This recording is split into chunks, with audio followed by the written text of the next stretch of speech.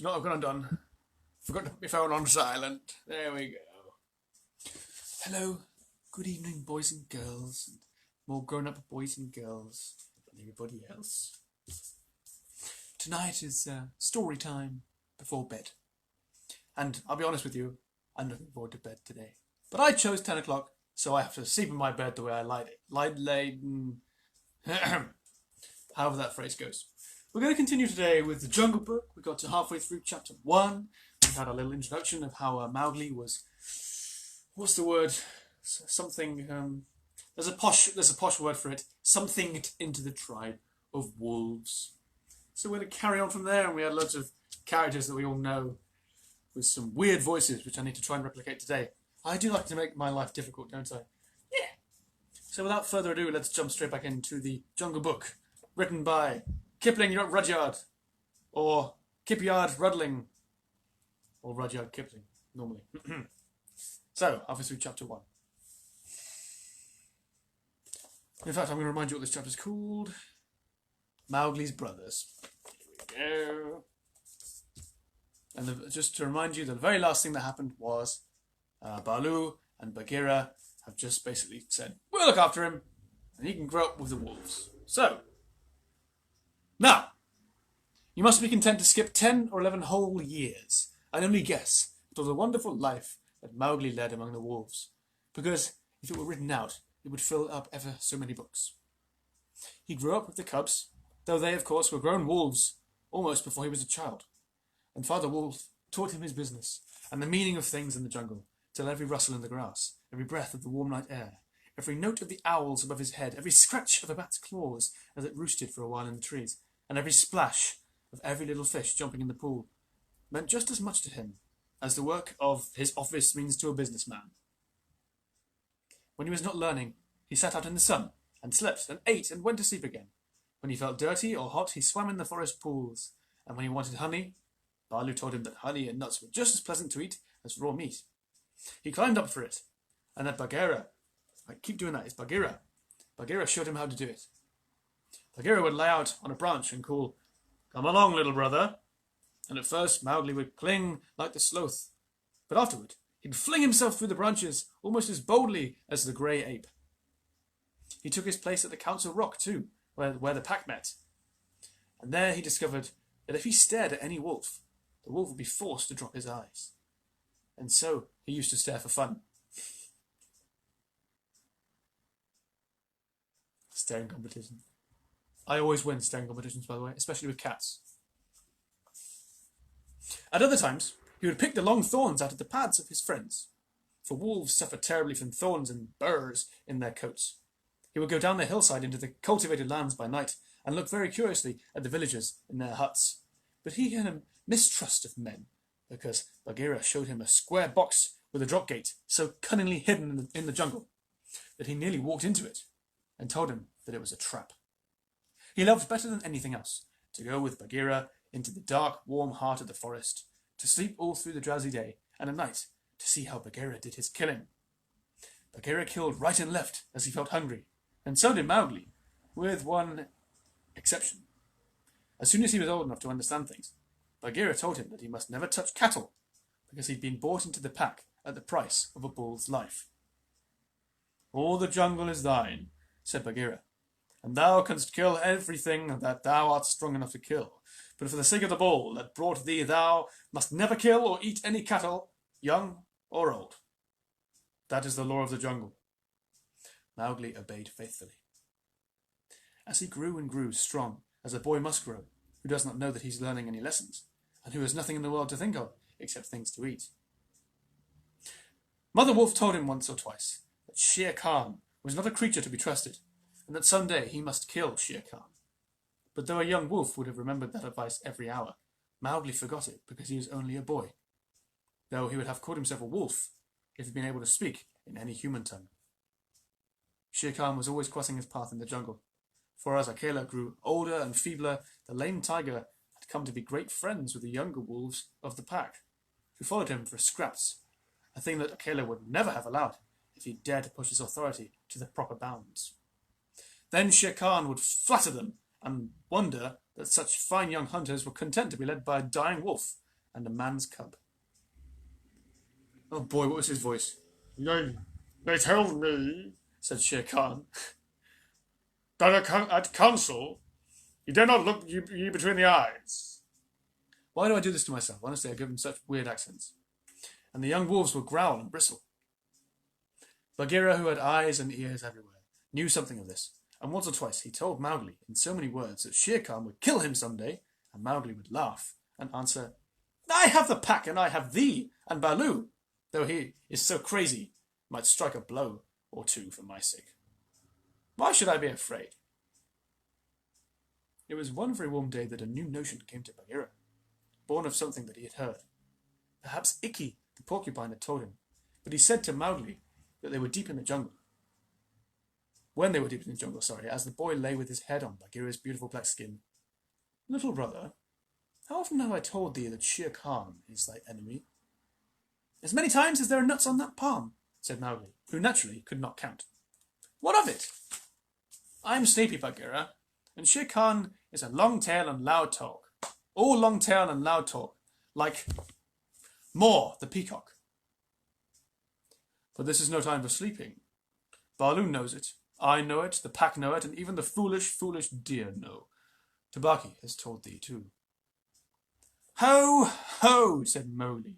Tabaki came to me not long ago with some rude talk that I was a naked man's cub and not fit to dig pig nuts. But I caught Tabaki by the tail and swung him round twice against a palm tree to teach him better manners. That was foolish, for though Tabaki is a mischief maker, he would have told thee of something that concerned thee closely. Open those eyes, little brother. Shere Khan dare not kill thee in the jungle, but remember, Akela is very old, and soon the day comes when he cannot kill his buck, and then he will be leader no more. Many of the wolves have looked thee over when thou wast brought to the council. First are old too, and the young wolves believe, as Shere Khan has taught them, that a man cub has no place with the pack. In a little time, thou wilt be a man. And what is a man that he should not run with his fellow brothers? Said Mowgli. I was born in the jungle. I've obeyed the law of the jungle, and there's no wolf of ours from whose paws I've not pulled a thorn. Surely they are my brothers. Bagheera stretched himself at full length and half shut his eyes. Little brother, he said, feel under my jaw. Mowgli put up his strong brown hand, and just under Bagheera's silky chin, where the giant rolling muscles were all hid by the glossy hair, he came upon a little bald spot. There is no one in the jungle that knows that I, Bagheera, carry that mark, the mark of the collar. And yet, little brother, I was born among men, and it was among men that my mother died, in the cages of the king's palace at Udipo. It was because of this that I paid the price for thee at the council, when thou wast a little naked cub. Yes, I too was born among men. I had never seen the jungle. They fed me behind bars from an iron pan till one night I felt that I was Bagheera, the panther, and no man's plaything, and I broke the city lock with one blow of my paw and came away. Because I learned the ways of men, I became more terrible in the jungle than Shere Khan. Is it not so? Yes, said Mowgli. All the jungle fear Bagheera, all except Mowgli. Oh, thou art a man's cub, said the Black Panther, very tenderly. And even as I return to my jungle, so thou must go back to men at last, to the men who are thy brothers, if thou art not killed at the council. But why? Why should any wish to kill me? Said Mowgli. Look at me, said Bagheera. And Mowgli looked at him steadily between the eyes. The big panther turned his head away in half a minute. That is why, he said, shifting his paw on the leaves. Not even I can look thee between the eyes, and I was born among men, and I love thee, little brother. The others, they hate thee because their eyes cannot meet thine, because thou art wise, because thou hast pulled out thorns from their feet, because thou art a man. I did not know these things, said Mowgli sullenly, and he frowned under his heavy black eyebrows. Who's talking? What is the law of the jungle? Strike first and then give tongue. But thy very carelessness, by it, they know that thou art a man. But be wise. It is in my heart that when Akela misses his next kill, and at each hunt it costs him more to pin the buck, the pack will turn against him and against thee. They will hold a jungle council at the rock, and then... I have it, said Bagheera, leaping up. Is the siren coming?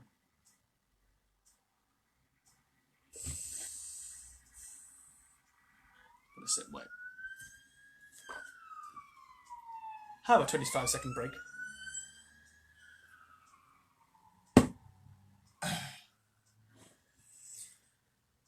Salute all of you emergency services people. Right. I have it, said Bagheera, leaping up. Go thou down quickly to the men's huts in the valley, and take some of the red flower which they grow there, so that when the time comes, thou mayest have even a stronger friend than I or Baloo, or those of the pack that love thee. Get the red flower. By red flower, Bagheera meant fire. Only no creature in the jungle would call fire by its proper name. Every beast lives in deadly fear of it, and invents 100 ways of describing it. The red flower, said Mowgli, that grows outside their huts in the twilight. I will get some. There speaks the man's cub, said Bagheera proudly. Remember that it grows in little pots. Get one swiftly, and keep it by thee for the time of need. Good, said Mowgli. I go. But art thou sure, O my Bagheera? He slipped his arm round his splendid neck, and looked deep into the big eyes. Art thou sure that all this is Shere Khan's doing? By the broken lock that freed me, I am sure, little brother. Then, by the bull that brought me, I will pay Shere Khan full tale for this, and it may be a little over. And it may be a little over. Old English speak. Said Mowgli, and he bounded away. That is a man. That is all a man, said Bagheera to himself, lying down again. Oh, Shere Khan never was a blacker hunting than the frog hunt of thine 10 years ago. Right. I think what he means by that is, you're in trouble for trying to kill Mowgli 10 years ago. Mowgli was far and far through the forest, running hard as his heart was hot in him. He came to the cave as the evening mist rose and drew breath and looked down the valley. The cubs were out, but Mother Wolf at the back of the cave knew by his breathing that something was troubling her frog. What is it, son? She said. Some bat's chatter of Shere Khan, he called back. I hunt among the ploughed fields tonight. And he plunged downwards through the bushes to the stream at the bottom of the valley. There he checked for the herd. For he heard the yell of the pack hunting, heard the bellow of the hunted Sambhur, and the snort of the buck turned at bay. Then there were wicked, bitter howls from the young wolves. Akela! Akela! Let the lone wolf show his strength. Room for the leader of the pack. Spring, Akela! The lone wolf must have sprung and missed his hold, for Mowgli heard the snap of his teeth, and then a yelp as a Sambhur knocked him over with his forefoot. He didn't wait for anything more, but dashed on, and the yells grew fainter behind him as he ran into the croplands where the villagers lived. Bagheera spoke truth, he panted, as he nestled down in some cattle fodder by the window of a hut. Tomorrow is one day both for Akela and for me. I think that means that tomorrow they're going to face a challenge. Then he pressed his face close to the window and watched the fire on the hearth. He saw the husbandman's wife get up and feed it in the night with black lumps. And when the morning came and the mists were all white and cold, he saw the man's child pick up a wicker pot, plaster it inside with earth, fill it with lumps of red-hot charcoal, put it under the blanket, and go out to tend the cows in the byre. Is that all? Said Mowgli. If a cub can do it, there's nothing to fear. So he strode round the corner and met the boy, took the pot from his hand, and disappeared into the mist, while the boy howled with fear. Ah! They're very like me, said Mowgli, blowing into the pot as he had seen the woman do. This thing will die if I do not give it things to eat. And he dropped twigs and dried bark on the red stuff. Halfway up the hill he met Bagheera, with the morning dew shining like moonstones on his coat. Akela has missed, said the panther. They would have him killed last night, but they needed thee also. They were looking for thee on the hill. I was among the ploughed lands. I am ready. See! Mowgli held up the fire pot. Good. Now I've seen men thrust a dry branch into the stuff, and presently the red flower blossomed at the end of it. Art thou not afraid? No! Why should I fear? I remember now, if it's not a dream, how, before I was a wolf, I lay beside the red flower, and it was warm and pleasant. All that day Mowgli sat in the cave, tending his fire pot, and dipping dry branches into it to see how they looked. He found a branch that satisfied him, and in the evening when Tabaki came to the cave and told him rudely enough that he was wanted at the Council Rock, he laughed till Tabaki ran away. Then Mowgli went to the council, still laughing. Akela the lone wolf lay by the side of the rock as a sign that the leadership of the pack was open, and Shere Khan, with his following of scrap-fed wolves, walked to and fro openly, being flattered. Bagheera lay close to Mowgli, and the fire pot was between Mowgli's knees. When they were all gathered together, Shere Khan began to speak, a thing he would never have dared to do when Akela was in his prime. He has no right, whispered Bagheera. Say so. He is a dog's son. He'll be frightened. Mowgli sprang to his feet. Free people, he cried. Does Shere Khan lead the pack? What has a tiger to do with our leadership? Okay. Seeing that leadership is yet open and being able to speak, Shere Khan began. By whom? Said Mowgli.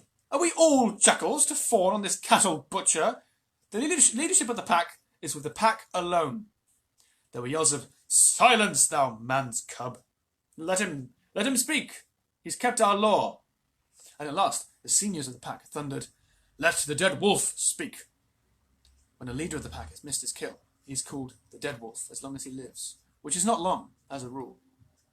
Akela raised his old head warily. Free people! And ye too, jackals of Shere Khan, for many seasons I have led ye to and fro from the kill, and in all my time not one has been trapped or maimed. Now I've missed my kill. Ye know how the plot was made. Ye know how he brought me up to an untried buck to make my weakness known. It was cleverly done. Your right is to kill me here on the Council Rock now. Therefore I ask, who comes to make an end of the lone wolf? For it is my right, by the Lord of the Jungle, that ye can come one by one. There was a long hush, for no single wolf cared to fight Akela to the death. Then Shere Khan roared, Bah! What have we to do with this toothless fool? His voice changes all the time. I've written here nasal and yee. Yee. Okay. That's how I read it yesterday, so that's what I need to try and do. You see how I make my life difficult? Yeah. What are we to do with this toothless fool? He is doomed to die. It is the man cub who has lived too long. Free people! He was my meat from the first. Give him to me. I am weary of this man-wolf folly. He has troubled the jungle for 10 seasons. Give me the man cub. I will hunt here always and not give you one bone. He is a man, a man's child, and from the marrow of my bones, I hate him. Then more than half the pack yelled, A man! A man! What has a man to do with us? Let him go to his own place. And turn all the people of the villages against us, clamoured Shere Khan. No, give him to me. He is a man, and none of us can look him between the eyes. Akela lifted his head again, and he said, He has eaten our food, he has slept with us, he has driven game for us. He's broken no word to the Lord of the Jungle. Also, I paid for him with a bull when he was accepted. The worth of a bull is little, but Bagheera's honour is something that he will perhaps fight for, said Bagheera, in his gentlest voice. A bull paid 10 years ago, the pack snarled. What do we care for bones 10 years old? Or for a pledge, said Bagheera, his white teeth bared under his lips. Why, well are ye called the free people. No man's cub can run with the people of the jungle, howled Shere Khan. Give him to me! He is our brother in all but blood, Akela went on, and ye would kill him here. In truth, I have lived too long. Some of ye are eaters of cattle, and of others I have heard that under Shere Khan's teaching ye go by dark night and snatch children from the village's doorstep. Therefore I know ye to be cowards, and it is to cowards I speak. It is certain that I must die, and my life is of no worth, or I would offer that in the man-cub's place. But for the sake of the honour of the pack, A little matter that by being without a leader ye have forgotten. I promise that if ye let the man cub go to his own place, I will not, when my time comes to die, bear one tooth against ye. I will die without fighting. That will at least save the pack 3 lives. More I cannot do, but if ye will, I can save you the shame that comes of killing a brother against whom there is no fault. A brother spoken for and brought into the pack according to the law of the jungle. He is a man! A man! A man! Snarled the pack, and most of the wolves began to gather round Shere Khan, whose tail was beginning to twitch, or switch, or both. Now the business is in thy hands, said Bagheera to Mowgli. We can do no more except fight. Mowgli stood upright, the fire pot in his hands. Then he stretched out his arms and yawned in the face of the council. But he was furious with rage and sorrow, for, wolf-like, the wolves had never told him how they hated him. Listen, you, he cried. There's no need for this dog's jabber. Ye have told me so often tonight that I am a man, and indeed I would have been a wolf with you to my life's end, but I feel your words are true. So I do not call ye brothers any more, but sag, dogs, as a man should.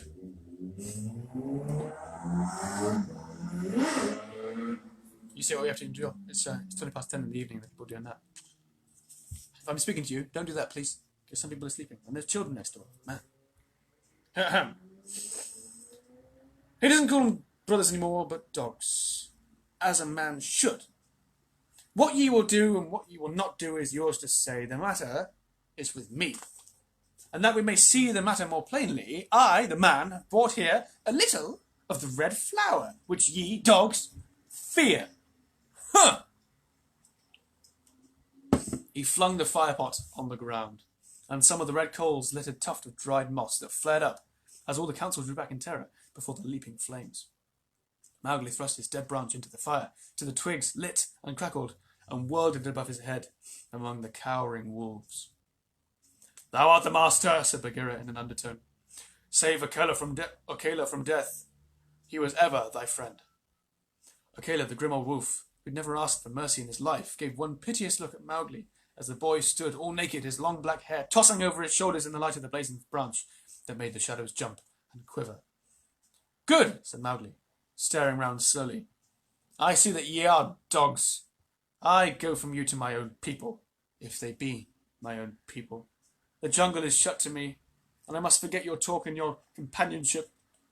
But I'll be more merciful than ye are. Excuse me. Oh, it's bedtime. And we've got another siren coming.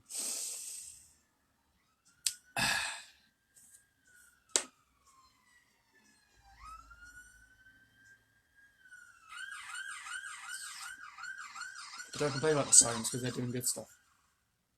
Obviously. No. Right. The jungle is shut to me, and I must forget your talk and your companionship, but I'll be more merciful than ye are. Because I was all but your brother in blood, I promise that when I am a man among men, I will not betray ye to men, as ye have betrayed me. He kicked the fire with his foot, as the sparks flew up.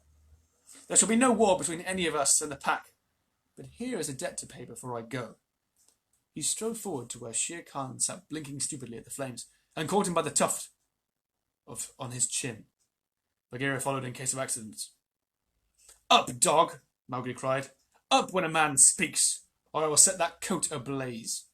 Shere Khan's ears lay flat, back on his head, and he shut his eyes, for the blazing branch was very near. Who's speaking?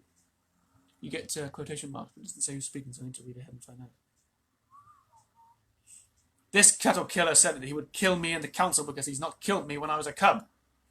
Thus and thus, then, do we beat dogs when we are men. Stir a whisker, Lungri, as I ram the red flower down thy gullet. He beat Shere Khan over the head with the branch, and the tiger whimpered and whined in an agony of fear. Meow! Yeah, it's quite violent, this, isn't it? Yes. More violent than the Disney films, I imagine. I haven't actually seen them in ages. Homework for me. Pah! Singed, jungle cat! Go now, but remember, when next I come to the Council Rock, as a man should come, I will be with Shere Khan's hide on my head. For the rest, Akela goes free to live as he pleases. Ye think ye will not kill him, because that is not my will. Nor do I think that ye will sit here any longer, lolling out your tongues as though you were somebodies, instead of dogs, whom I drive out. Thus, go! The fire was burning furiously at the end of the branch, and Mowgli struck right and left round the circle, as the wolves ran howling with the sparks burning their fur. At last there were only Akela, Bagheera, and perhaps 10 wolves that had taken Mowgli's part. Then something began to hurt Mowgli inside him, as he'd never been hurt in his life before. As he caught his breath and sobbed, and the tears ran down his face. "What is it? What is it?" he said. "I do not wish to leave the jungle, and I do not know what this is. Am I dying, Bagheera?" "No, little brother. Those are only tears, such as men use," said Bagheera. "Now I know that thou art a man, and a man's cub no longer. The jungle is shut indeed to thee henceforward. Let them fall, Mowgli. They are only tears." So Mowgli sat and cried as though his heart would break, and he had never cried in all his life before. "Now," he said, "I will go to men, but first I must say farewell to my mother." And he went to the cave where she lived with Father Wolf, and he cried on her coat while the 4 cubs howled miserably. "No! You will not forget me," said Mowgli. "Never while we can follow a trail," said the cubs. "Come to the foot of the hill when thou art a man, and we will talk to thee, and we will come into the croplands to play with thee by night." "Come soon," said Father Wolf. "Oh, wise little frog, come again soon, for we be old, thy mother and I." "Come soon," said Mother Wolf, "little naked son of mine, for listen, child of man, I loved thee more than ever I loved my cubs."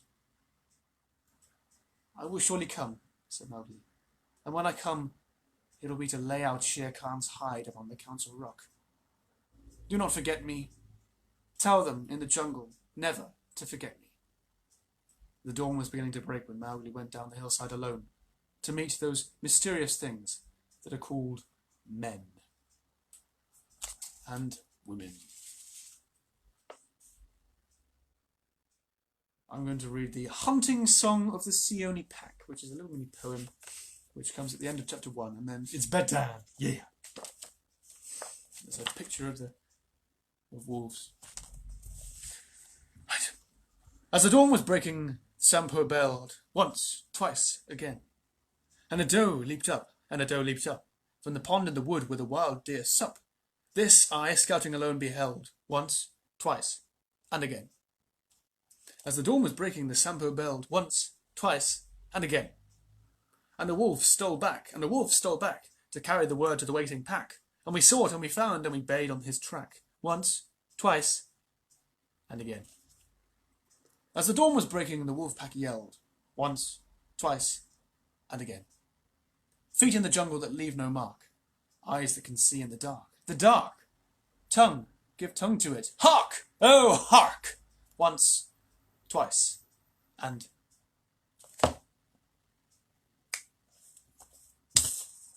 again.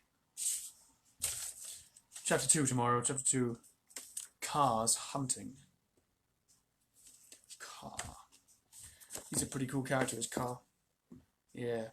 It's a pretty exciting chapter tomorrow, so come back tomorrow, 10 p.m. to join if you want to, unless you're in bed, then just watch it on Thursday or something.